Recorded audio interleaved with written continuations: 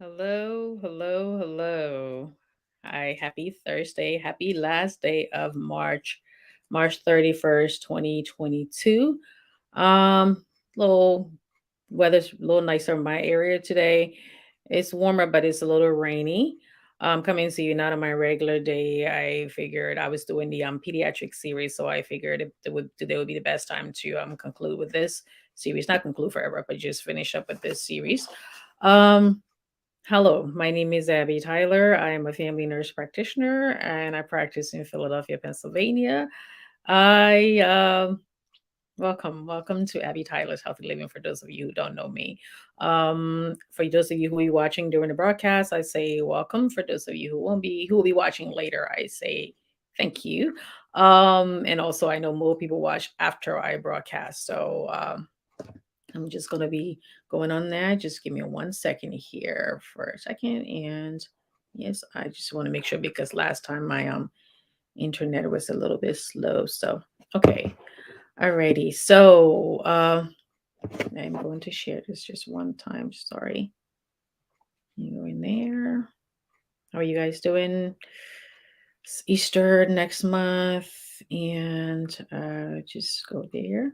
I just like to make sure that I'm getting other people from different places because I don't want to miss that. And hello, my YouTube people also. Go there. Okay. Alrighty. I'm back. Hi again. Of course, most of you saw with anybody who like within years again remember what happened at the Academy Awards on Sunday with issues with Will Smith and Chris Rock. I'm not going to be doing a whole thing about them on this. So I had the picture because these two men who, from published accounts on their own published accounts, have had issues when they were growing up, and most of these issues, if not resolved over time, can have lasting impact on people's and not just the stars. When people say, "Well, it's just rich people who are doing things," we don't care about this. I'm talking about regular people like you and me who get up every morning, go to work, and have to deal with everything else that's going on in this world. Most of us have issues from our background that we have never resolved or we're trying our best to live with it. So it's called Adverse Childhood Experience, and it's like ACEs, but the S is like the smaller one. So it's ACEs. So let me first my disclaimer: whatever I say here, don't change your. It's all informational purposes only for my practice, family practice guideline. I did it from the CDC, Very Well Health, and American Academy of Pediatrics, and other sources as well. So do not change anything to your regimen. And whatever I say here is not to diagnose you or to treat you, just for guidelines for you to take it to your family physician, family provider, and then discuss it with them. Okay, so most of what I'm going to be doing tonight will be kind of reading exactly because I don't want to leave anything out or go too much into talking on my own. Okay, most of this I discuss that with my patients when they come in. I go through everything that they're going through, and I come to a diagnosis, and then I refer them to places that they need to go if that's indicated. Okay, so I'm going to put on my glasses. Alrighty. Okay, so what are adverse childhood experiences? Adverse childhood experiences are traumatic experiences that children experience before the age of 18 that can have a lasting impact on their mental, physical, and general well-being. So, how did this come about? The first study, there have been other studies since then, but the premier study between 1995 to 1997, the CDC, in conjunction with Kaiser Permanente, began the first study of ACEs with the goal of coming up with a framework for this concept. In the study, roughly 17,000 people were interviewed about various traumatic experiences they experienced in childhood, including abuse, violence, neglect, and abandonment. As estimated, 66% of responders revealed that they had experienced at least one ACE, 28% had experienced three. The researchers noted connections between experiencing ACEs and detriments to one's physical health years later, including heart disease and cancer. Some of the questions that were asked. So I'm gonna read out these questions. If this you can read them too. For every question you answer yes to, add one to that. And the higher your score, if it's above 3, that's your higher risk of having something impact your life. If you're already an adult, you can go back and pretty much remember what happened to you. Like most people, like anything traumatic that happened to them before like around age 5, age 6, or even before age 12, they can remember that, and that impacted life for a long time, because most of us never got therapy and we just going through the motions. Okay, so let me see some of the questions that they asked. Did a parent or other adult in the household often or very often swear at you, insult you, put you down, or humiliate you, act in a way that made you afraid that you might be physically hurt? Did a parent or other adult in the household often or very often push, grab, slap, or throw something at you, or ever hit you that you had them left marks that you were injured, or you were injured? Did an adult or person at least 5 years older than you ever touch or fondle you, or have you touch their body in a sexual way, or attempt at actually have an oral, anal, or vaginal intercourse with you? Remember, all this is before age 18. Did you often or very often feel that no one in your family loved you or thought you were important or special? Your family didn't look out for you or each other, feel close to each other, or support each other? Did you often or very often feel that you didn't have enough to eat, had to wear dirty clothes, or had no one to protect you, or your parents were too drunk or high to care or take you to the doctor if you needed it?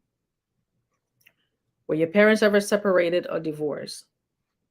Was your mother or stepmother often or very often pushed, grabbed, slapped, had something thrown at her, or sometimes often or very often kicked, bitten, hit with a fist, or hit with something hard, or ever repeatedly hit over at least a few minutes, or threatened with a gun or a knife? Did you live with anyone who was a problem drinker or an alcoholic, or who used street drugs? Was a household member depressed or mentally ill, or did a household member attempt to commit suicide? Did a household member go to prison? All that I just read out, I can guarantee you every adult has at least one, and three or more. So you add up your score. If it's three or more, those are the things that you have to deal with. Okay, so the risk factors, I just asked those questions, and all the risk factors, they don't randomly occur. The child's economic status, family history, and kind of community they grow up in, all that come into play. Here are some of the risk factors that may make a child more likely to experience the ACEs. Domestic violence, sexual, verbal, and physical abuse, coming from a low-income family and disadvantaged community, coming from a family with low level of education. Now you guys can argue with all this. This has been studied, and there's repercussions when you grow up in certain areas. And also in your family household too, because you can grow up in a safe neighborhood, but your family could be having issues. Growing up with high levels of family stress. Growing up in a high level of economic stress. Growing up in a family that is not close-knit or doesn't speak openly about their feelings. Having parents who use spanking or corporate punishment.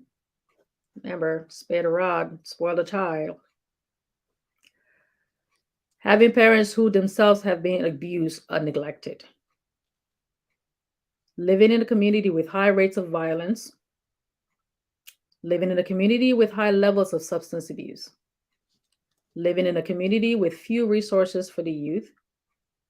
Experiencing physical or emotional abuse, abandonment or neglect. Losing a family member to suicide. Having a mentally ill parent. Having an incarcerated parent. And later on, other studies that came after was war, racism, bullying, because now with the internet, everything, you're getting in more. So they're saying, by the way, there's studies, the authors of the study saying that, just in case you may ask, oh yes, they just did this study on poor income, low income neighborhood. And once again, it's by the minority. They want to tell you the study participants was 17,000, mostly white, middle and upper class, college age San Diegans with good jobs and great health care. They all belong to the Kaiser Permanente Higher Health Maintenance Organization. Prior to this, most studies just kind of concentrated on people from low income neighborhoods, minority, and all that. So that's why they wanted to give that disclaimer. All right, it's important to know that there are racial disparities when it comes to ACEs, with children of color experiencing more ACEs than white children. As per the National Conference of State Legislatures, about 61% of Black children have experienced an ACE at 51% of Hispanic children, 40% of white, and 23% Asians. So that's one of the things I talk about when I talk about Black people and having to get therapy, Black African American or whichever in the diaspora.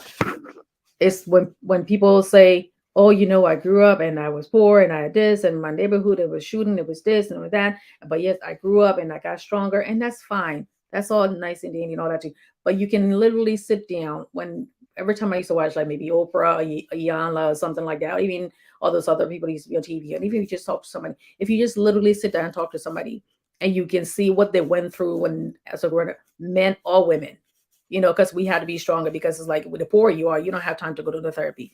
First of all, therapy is too expensive regularly, anyways, and to find one that's close to where you live and we're working, if you're working, chances are you can afford it. And most insurance companies don't cover it, or they cover it only a little bit, and you have to pay a lot out of pocket. So when I see people downplaying what our own people and Black people downplaying all the things that we had to go to and all, and just not even, I'm not even talking about the racism part, just living through all of that, and we have emotions, we go through the things and all that. So when people talk about this person need therapy, that person need therapy, oh no, no, no, no, no, that's what those they're like hurt, and you can tell me that people, Black people didn't go through everything that I read from the beginning of that. You cannot say that. And just because you grew up and brush it off your shoulders, those things hurt. And because you're taking that hurt with you into a relationship, you're taking that hurt with you into another family, all of that can have lasting impact. If it doesn't impact you now, it will impact your children. I know for a fact that there are things that happened to me when I was younger that they were unresolved, that I know there were days where I projected that onto my children, so, and I was like, okay, I'm sorry. And I did my best not to make that happen. I know there were times where when I did something and I feel like whatever I was doing, or I didn't do my best, that came back. Everything that was said to me came back. I guess good. I guess and it's like the fear of failure most of the time kind of crippled me, because it's like I know I have to do good. I know I have to do, because I don't want to make that person think that what they said to me was true. I know I had to do good, and I had to get to the point where it's like, okay, just concentrate on what you can do. You don't have to be perfect, and whatever they said to you, don't let it. Don't. That's them now. You have to deal with it yourself, or else it holds you back.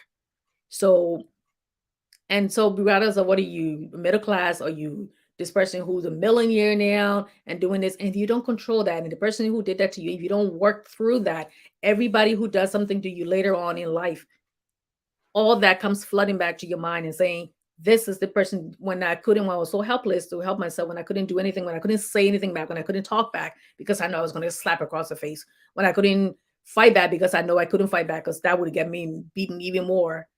Anybody else who says something to me now, that triggers all of that. And it's so right beneath the surface. It's so right beneath the surface. And it comes out because like I said, I didn't want to make this too long because I don't want to talk too much. But it's just like as a primary care provider, this I'm going to be one of the first lines of people who this is going to be told to, and I have to be able to make the necessary referrals. And I'm just talking to you guys, a regular conversation, to saying these are the things that we talk about. So preachers out there, trained preachers, like I say again, or anybody, clergy, trained people who have learned social, and part of the curriculum has social work or psychology, all of that in there. Social workers, psychologists, psychiatrists, teachers, all of those people, parents, all those people. I'm talking about the professional part, and I'm talking about the parents now, bloggers. It's up to you. You have to make sure that you protect the next generation and people who are already parents now. And if you have issues, get help. Get help, because when you're out there and you have to be strong and people telling you to be macho and you have to do this and you have to prove this, guess what? Like I wrote, nobody's going to be there with you when you're standing in front of the judge. I've never seen anywhere where somebody said, "Oh, that's okay, judge. I'm going to stand there in her place or in his place and take the fall for them." I've never seen anybody who was going to prison and somebody, their friend said, "Oh, let me go to prison for you." I've never seen anybody who said, who sat there and in the grave when you were, putting you down that grave because you had to prove something to yourself. You had to prove something to your friends and be macho and be strong. And, "Oh, I'm not going to let this person do this. I'm not going to let the person do that." Not one person has ever said, "Okay, I'm going to go ahead and sit there with you." No. So it's important that you deal with this. Okay. What impacts do adverse childhood experience have? There's something called toxic stress. So what that means is where the stress that floods the body is so intense that it can trigger causes to one's metabolism. That's how your body break down things and all that work there. The body break down stuff. Sorry, the immune system, your body fighting this ability to fight infections and other stuff. Your cardiovascular system, your heart, your lungs, brain, everything, all of that, your circulatory, everything, how the blood flow into your body from your heart and your lungs and all. It affects your kidneys and liver and all, as well as your brain, nerve, and nervous system, because you're talking about anxiety, you're talking about pressure in the brain, you talk everything else that goes along with that. There's a cumulative effect when it comes to toxic stress, and the more ACEs a child experiences, the greater impact it can have on their mental and physical health. The toxic stress may have difficulty, will lead to having difficulty forming close relationships because you never have healthy relationship because you haven't dealt with what went on before you got into. You're just gonna go from one bad relationship to the next bad relationship. And even if you do stay in a relationship, there will still be a lot of things where you're gonna accept. And because, okay, this person in my household never loved me, I never received the love and the care, so I'm going to be with this person who's abusing me, or I may end up being the abuser because I see that's the only way this was solved in my home. And your children are watching that, and the children are sitting there and the parents are fighting and they're arguing or just violent fights and all. I had a little girl, she must have been like a teenager at the time. I was in a big brother and big sister program, and I remember talking to her, and and they said, "Are you gonna be okay with a teenage girl for your little sister?" I said yes. And she was talking one time, she said parents used to fight all the time. And one time they were in the home when the mom and the father came back, and he was so angry, he literally poured kerosene, gasoline all around the house and set the house on fire. And she said it was just the grace of God that they were able to get out fast enough. So she witnessed that when she was very young, and they come in like a lot of girls who in there came from really bad neighborhoods and all. So when she used to be telling me all the stories that she went through, not saying my story was any less, or well, I didn't have anything growing up, but it's just that I felt that because what I went through, I wanted to be able to help somebody else. Okay. So having difficulty forming relationship with others. I'm going back to toxic stress and the result of toxic stress. Having trouble keeping a job because you can't commit to anything because everything you're going through. Have difficulty with finances. When you start, you start making money, you start doing things, then it's like, oh, either you overusing it or you using it for something that you're not paying attention to priorities in life. Experience depression, or people. What do you have to be depressed about? You have food you have food in your belly, you have roof over your head, and all that thing leads up to that from the time you were younger, and you're dealing with it now as an adult. You'd be more likely to be involved in violence,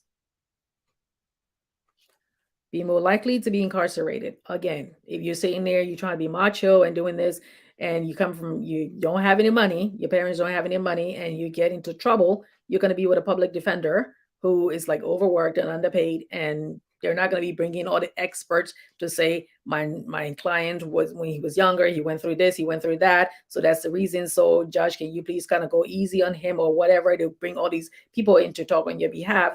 What could have contributed to you doing that? You're not going to get all of that. Okay, so be more likely to be incarcerated, experience higher levels of unemployment, be more likely to expose your own children to ACEs, because whatever you have before that ain't resolved, you passing it right on. Hurt people, hurt people. Have a higher risk of suicide attempts.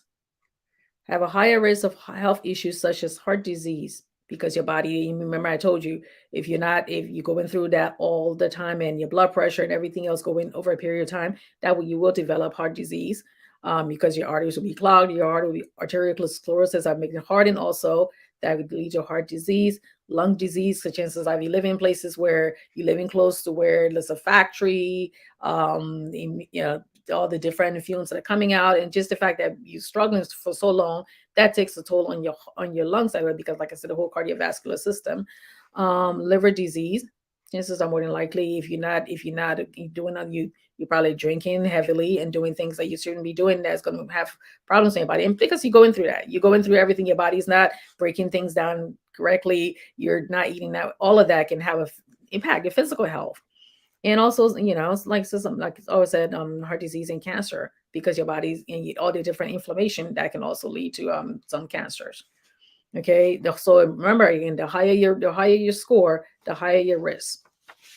Okay, so let me just stop for a bit here. I'm just going to take a sip of water.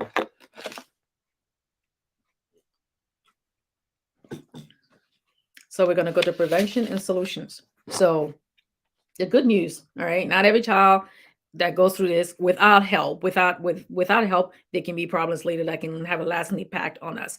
But with help, and the help with the community and all that, there's a better, there's a and better, brighter outlook. Sorry, for children who go through this, and also in adults. If you, as you're already older, you can also get help by getting, if you have resources in your places, you can go on, like I said, YMC and other places like that. So according to the CDC, there's several steps. CDC, sorry. You want to do, policymakers can work towards increasing. So that takes the government and also everybody involved. So workplaces can make institution more family friendly and establish family leave policies.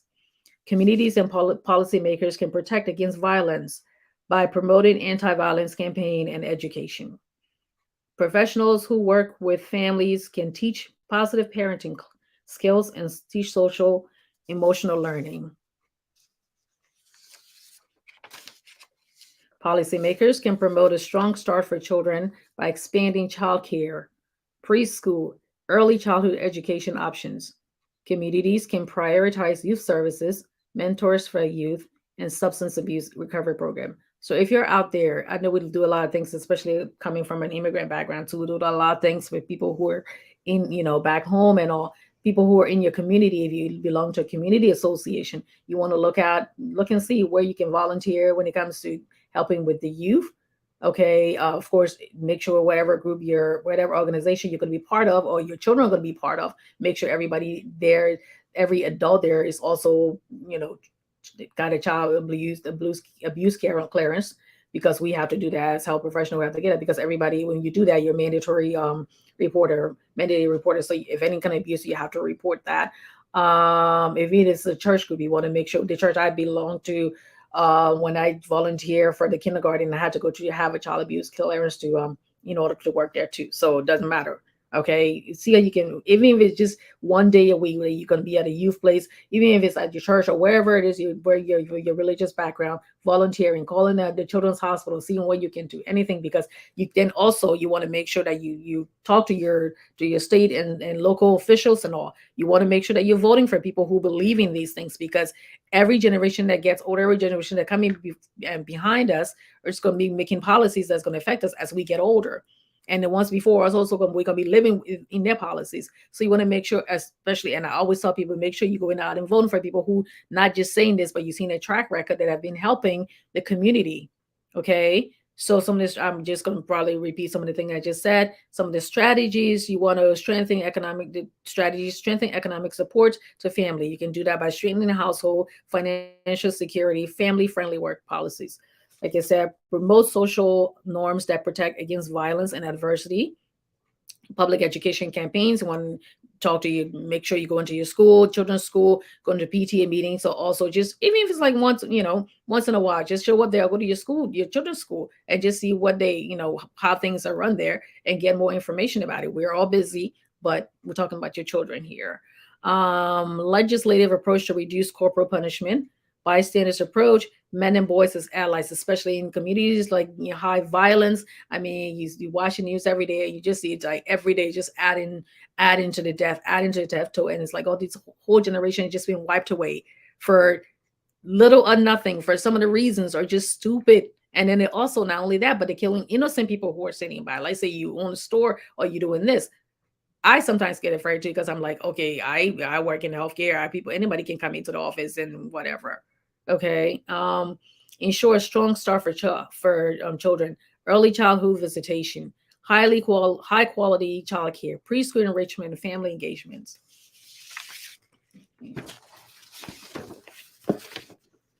So teach some skills by social emotional learning, safe dating and healthy relationship skill programs. Going back to domestic violence again, parenting skills, and family relationship approaches, mentoring programs and after school programs, intervene to lessen immediate and long term harms, enhance primary care wherever it is you live, and all that. You want to make sure that you, like again, speaking to your senators, your representatives, your mayors, want to make sure you give access and health insurance, even if low, even if the insurance just covers like primary care, because sometimes they cover some referral to some specialists. Even if we do that, because in the primary care setting, we can do so much more and do a whole lot, then but we have to refer you, then we can refer you to a specialist, but we can do so much more. But some people don't even have access to that. And I wanted to add to the point that if you don't have health insurance, you can still get some money, and then maybe $65. I think it's like $65 depending on where you are, and you can see your primary care physician. It can do your baseline assessment and all that, write any kind of from any kind of medication you may need, and go on from there. We can do the blood work later if we see that you need to get the blood work right away. We'll pick which ones are important right away. They're all important, but the ones that are really going to affect your health right away, we can do that. So there are ways around that. And there are other places, if you live in the Philadelphia area or in the inner city, there are free clinics that you can go to. The waiting may be a little long, but you can still go there. And if you know you have the whole day off, get there early so you can get the care that you need. Don't put it off. Okay. Victim centered services, because most people when they're in domestic violence relationship or other things, and children who come from broken homes, they're not going to say anything, so they want to feel safe in a place where people understand about them. And also for you pediatricians and people out there, make sure when you, because most of the time you go into the doctor's office, you're there for like 15 minutes, so you're in and out. Even in a pediatrician's office and social workers and all, we're trained to look for signs and everything.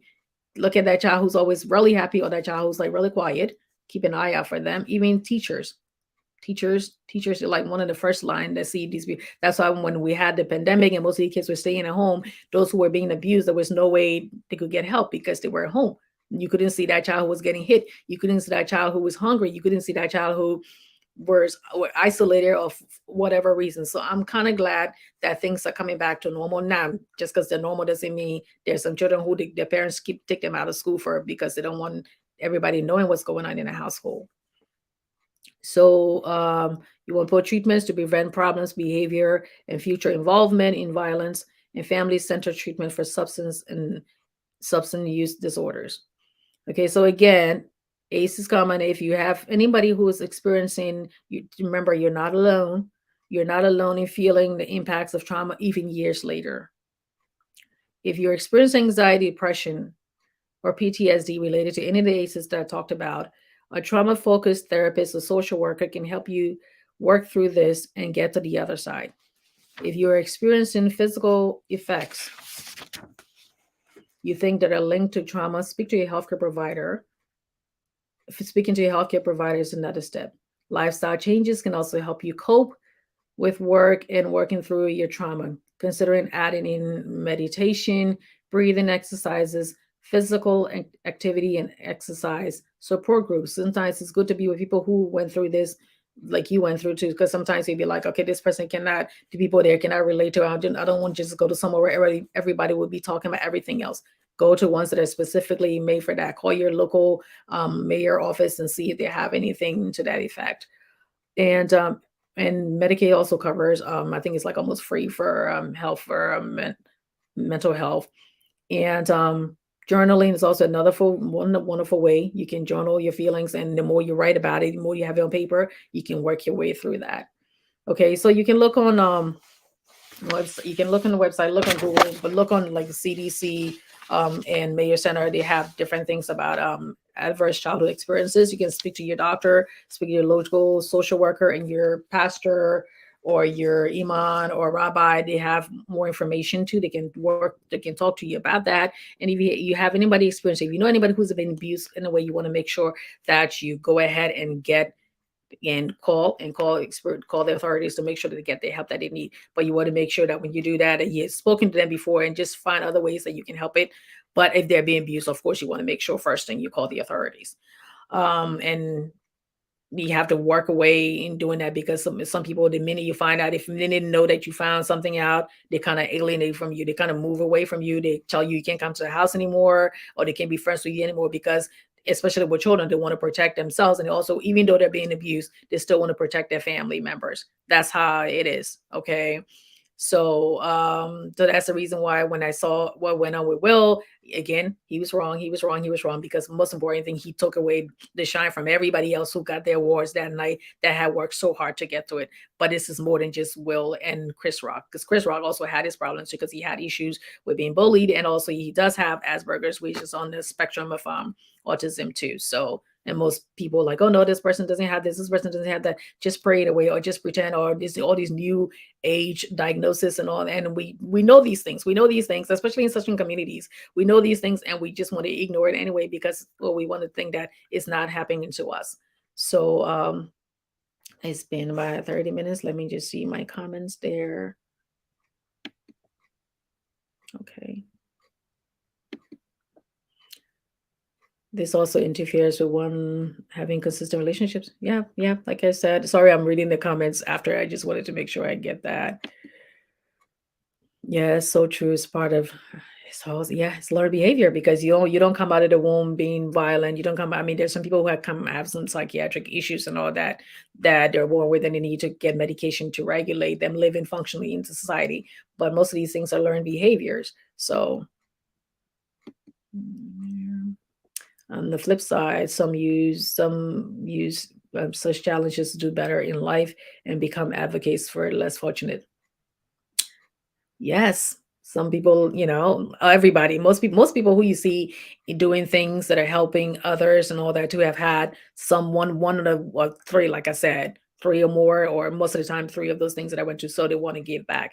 And it's also important, like I say, you want to make sure that you're helping you can heal yourself from helping other people, but at the same time, you also want to heal yourself because you can still be going through because you're helping a lot of people out there, but what are you doing in your home? Your own children could be having certain issues too. I know I wasn't a perfect mother and I had issues that were not resolved growing up and all that. And then sometimes I knew there were days where I'm like, I caught myself like, oh, and I try my best not to like say, don't say these things and don't do these things because they will have lasting impact. So nobody's perfect. I'm not here to sit there and say, oh, this person lived in a household were perfect and this person was one. And I even look at people who I grew up with and adults and everything who I grew up with, and you hear their stories when they were growing up too. And you're like, and sometimes it's like you hear what they went through and it just make you almost want to cry and hide in a corner somewhere because the harrowing things that they went through and they never got any help. And especially for people from our background who just didn't believe in that. And it's just not, there were not things, I didn't know anything about therapy growing up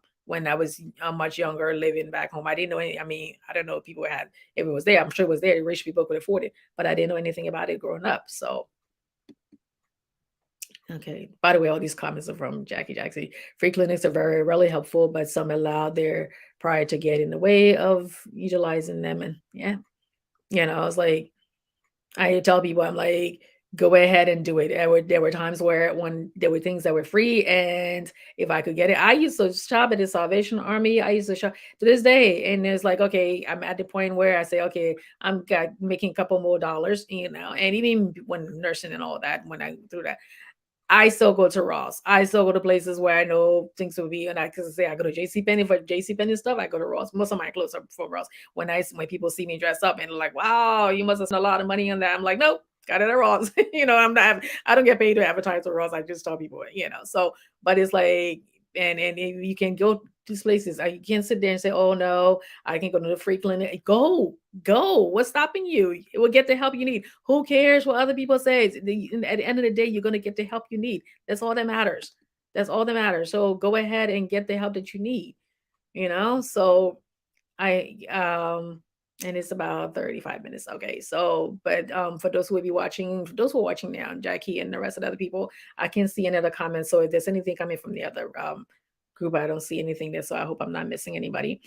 Thank you so much. Thank you so much. Please share this video. Please share this video. It's so important. It's important to every community, regardless of whether you're black, white, Hispanic, Asian, whatever, foreigner, non-foreigner, everybody. People can say, well, those are things that other people worry about. Those are American people problems. We don't worry about this here. I can guarantee you that it bothers people in different communities. It's just that because people don't talk about it, you come from a certain community that nobody talks about it, or you just take it to the Lord in prayer.